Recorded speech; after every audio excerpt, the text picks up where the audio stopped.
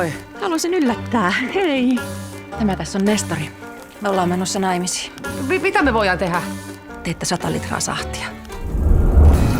Miksi ne tilas vaan 100 litraa? Ei se riitä mihinkään. Meillä on 3 viikkoa aikaa tehdä 10 sahtia. Mehän valmistetaan sahtia niin kuin sitä on valmistettu jo satoja vuosia.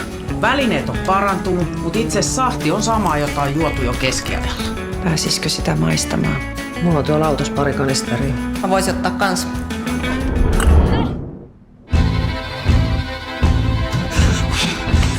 Ei jumalauta. Vittu, me ollaan juotu ne kaikki. Eihän me voida mennä sinne ilman sahtia. Kumpi on pahempi? Olla hoitamatta oman siskon häihin sahtia vai varastaa joltain ei-lähisukulaisen? Mä suostun yhdellä ehdolla. Me ollaan häiden jälkeen kuukausi juomatta. Ilman muuta siis. Jos te olisitte miehiä, me katkottais teiltä jalat. Oliko pakko lyödä? Mulla vähän säikäytä.